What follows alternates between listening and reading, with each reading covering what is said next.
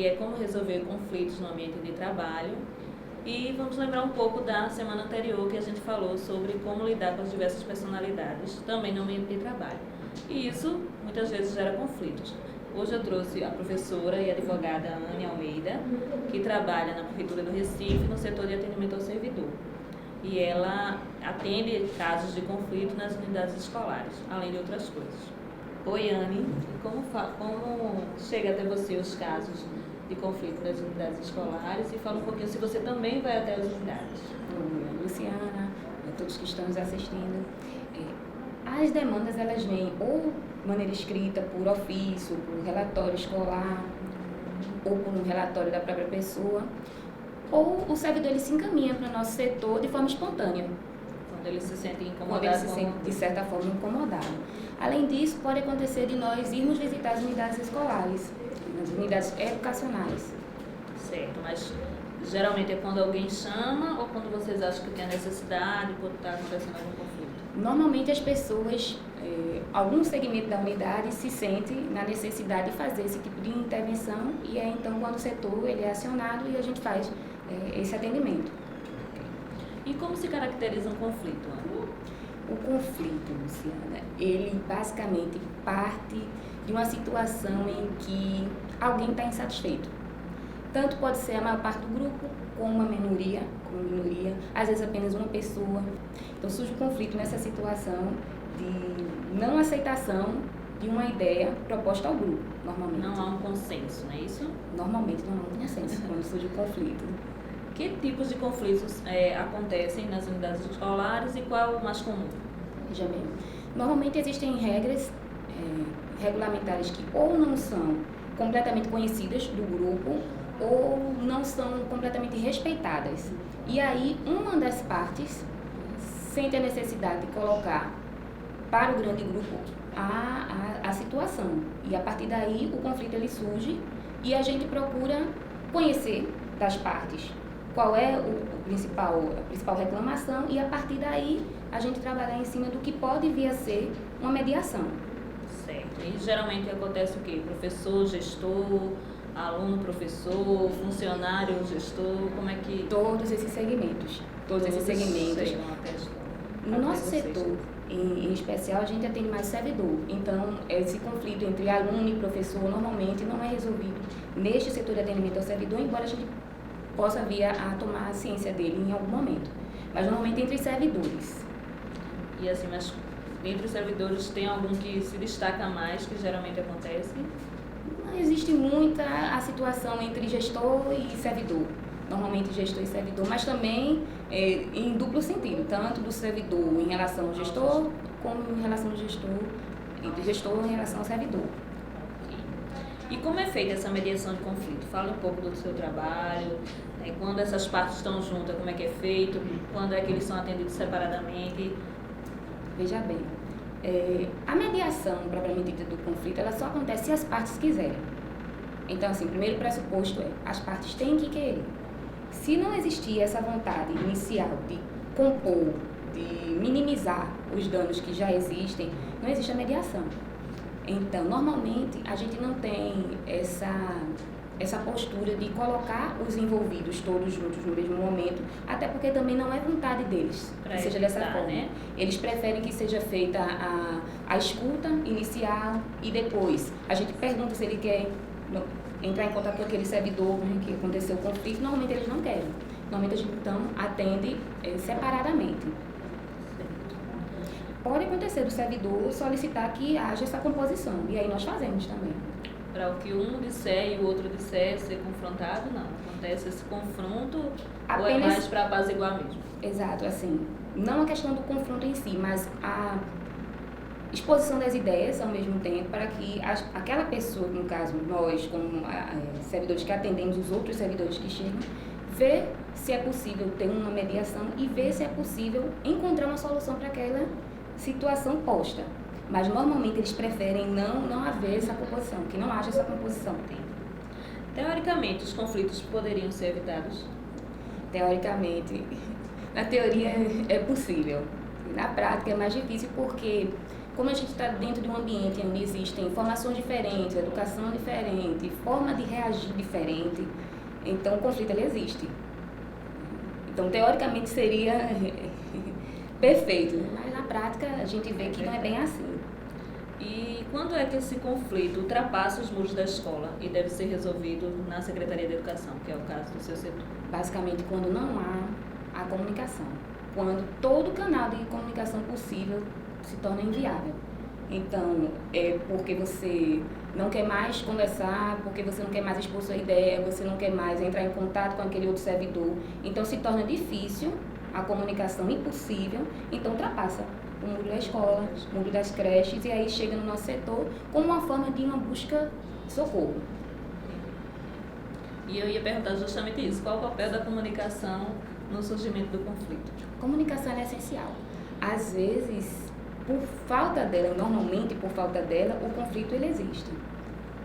Uma comunicação que seja eficaz no sentido de você entender o que o outro está dizendo, procurar ver o lado dele, evitaria bastante conflitos. Certo.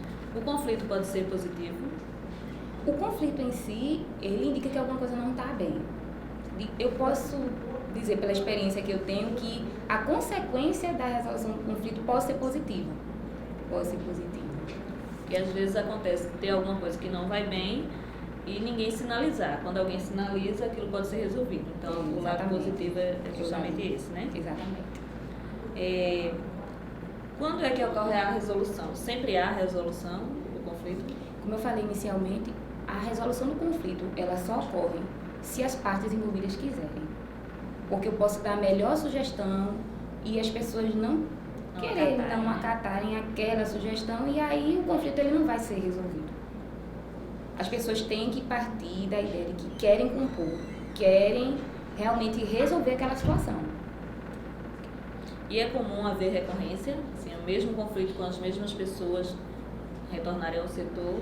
Acontece, não é um número muito alto de reincidência, se a gente pode dizer assim, mas acontece.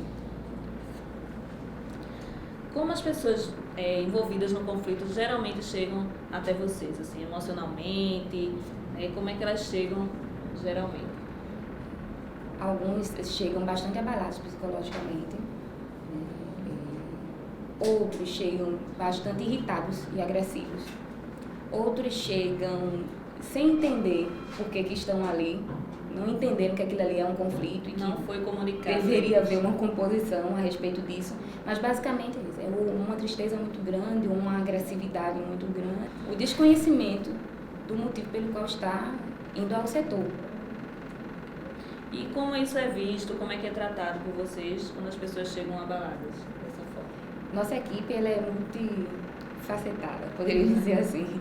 Nós temos advogados, temos assistentes sociais, temos psicólogos, todos com o cargo de professor, mas que têm essas especialidades, essa formação diferenciada para justamente atender às muitas possibilidades que o atendimento ao servidor da prefeitura exige, necessita, principalmente na área da educação. As novas tecnologias ajudam ou atrapalham o conflito? As novas tecnologias, digamos que elas são neutras. As pessoas é que infelizmente utilizam ela de forma positiva e de forma negativa. Ela pode ser muito útil, as novas tecnologias podem ser muito úteis, no sentido que o servidor ele pode utilizar-se daquilo para fazer uma composição, para pedir uma desculpa, para mostrar diante do grupo que tem a boa intenção de que aquele conflito seja resolvido, como também pode ser acirrado o conflito, tendo em vista algumas publicações, porque aquilo que está registrado, infelizmente, se torna de domínio público, né? E às vezes as pessoas não têm muita noção de que é necessário ter um cuidado na hora de registrar as coisas, né? Seus sentimentos, suas emoções, suas percepções. É preciso ter cuidado com as mídias nesse sentido. E como a escola pode resolver os conflitos sem precisar recorrer à Secretaria de Educação ou a outros meios? A escola, ela poderia, seus componentes, exercitar a questão da comunicação, da boa comunicação. Aquilo que não ficou bem esclarecido deveria ser esgotado dentro da unidade antes de passar para fora, para além dos muros da escola.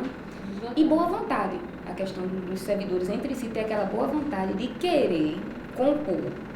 Quando ultrapassa os muros da escola é porque já não tem mais como resolver pacificamente ali entre eles. É preciso uma outra pessoa que tenha uma visão mais imparcial da questão do conflito. Falando em parcialidade, quais as características que um bom mediador deveria ter? Imparcialidade. Ele tem que ser um bom ouvinte. Ele tem que ter a compreensão de que existem muitas verdades ali envolvidas e ele tem que escutar todas as partes da melhor maneira possível. De maneira nenhuma dar razão a nenhuma das partes, porque você dar razão significa que você não está escutando com a imparcialidade que você deveria ter. Você ser direto, é bom você focar realmente na questão do conflito em si, porque as pessoas já chegam tão abaladas que às vezes elas não se lembram qual é o ponto crucial do conflito. Principal, né? O ponto principal. E paciência também, porque é necessário ter paciência com pessoas que estão abaladas. Sempre existe o lado certo e o lado errado na situação? Aquele que chega dizendo que a sua razão é a melhor, ele se considera certo. Então, digamos assim, que existem muitos lados e todos precisam ser avaliados. Então, assim, o certo e o errado nessa hora se torna uma definição meio complicada, porque o conflito em si ele já é uma coisa a ser discutida. E aí, quando a gente classifica como certo ou errado, fica meio complicado sair dele. E cada um tem a sua verdade, né? Cada um acha que está certo. Sem identificar as pessoas ou a escola, tem algum exemplo que você possa dar de alguma mediação que foi feita por vocês? Normalmente a gente atende as unidades onde uma das partes considera que o seu direito está sendo prejudicado. Entre outras coisas, a gente tem uma reunião que costuma chamar de reunião de ajuste de conduta, onde as pessoas normalmente dizem que o funcionamento, o exercício da sua atividade não está sendo bem visto. Ou porque o dirigente, e aí eu dou um exemplo, quando o dirigente, por exemplo, considera que aquele servidor ele não está realizando as atividades que eram de sua competência fazer, como pode acontecer também de o servidor se sentir ameaçado por uma perseguição de algum colega, que não precisa ser o dirigente, pode ser um outro colega que tenha o mesmo cargo e, no caso, a mesma função. Entendi. E, no caso, geralmente também acontece por conta das questões mesmo do trabalho, de relacionamento interpessoal mesmo, de não se dar bem um com o outro. Acontece, às vezes existe alguma coisa que não deveria. Acontece, às vezes, as pessoas se conflitarem devido a coisas que disseram, a sentimentos que não expressaram da melhor maneira possível. E aí se torna uma bola de neve, porque as coisas que não foram resolvidas anteriormente vêm com toda a força de uma vez só. E aí tudo é visto, a questão funcional, a questão do relacionamento interpessoal, tudo se envolve.